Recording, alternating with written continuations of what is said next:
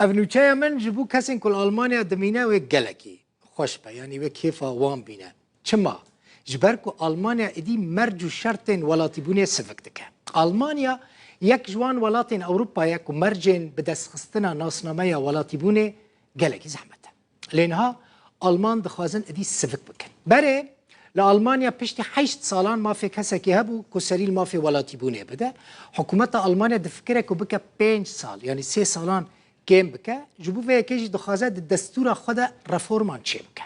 مثلا اگر كسكي كل ألمانيا باش انتجرب وبجي نه 5 سال دكارت 3 سالان دا ببهم ولاتي ألمانيا وزارة نفخية ألمانيا جبو في كي بروجيك آماده كريه ويرادستي انجمن وزيران بكه جبو كو پشتره بدن برلمانه وبكن ياسا لآلية دن زاروكي كي كل ألمانيا جدايك بوبا وبافو دايك وي زاروكي بياني بن ليك جوان بكيماني 5 سالان لألمانيا با أو زاروك يكسر دبا ألمان راوشكاري ألمانيا أولف شولتزي بشكريا فيا كيدكا نها خلق سوريا د ورگرتنا ولاتيبونا ألماني دا در ريزا يكم دانا د سالة 2021 دا 20,000 زیادتری 20,000 خلک سوری کپرانی وان کردین روج آوای کردستانه بونه هم ولاتی آلمانیا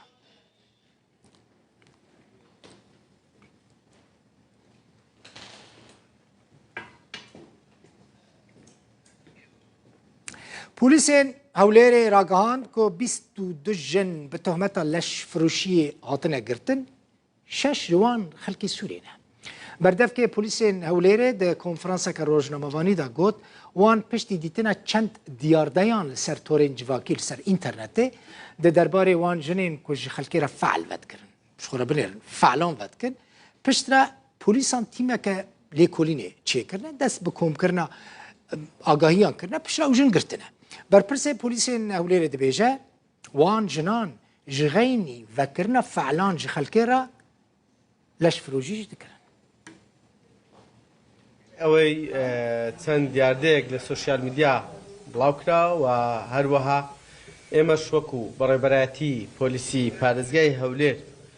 بە دوواداچوونمان کردووە ئاگادارش کراینەوە هێزەکانمان لە پارێزگای هەولێر چەند ئافرەتێکیان لە چەند شەقامێکی گشتی و لە چەند شوێنێکی گشتی کەوا کاری فاڵچێتی و سوالکەریان دەکرد و لە پاڵ ئەو کاری فاڵچێتی و سوالکەریەش کاری لەش فرۆشیان ئەنجام دەدا دوای لێکۆڵینەوە و پێکهێنانی تیمێک لە هێزەکانمان لە بەڕێبەرایەتی پۆلیسی پارێزگای هەولێر بۆ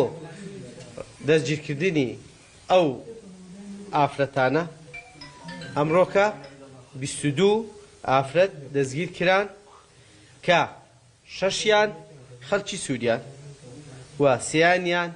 هی پارێزگاکانی تری هەرێمی کوردستانن و یەکیشیان خەڵکی ئیرانە و 3یانشیان خەڵکی مووسڵن و 9 کەسیشیان نیشتەجێی شاری هەولێرن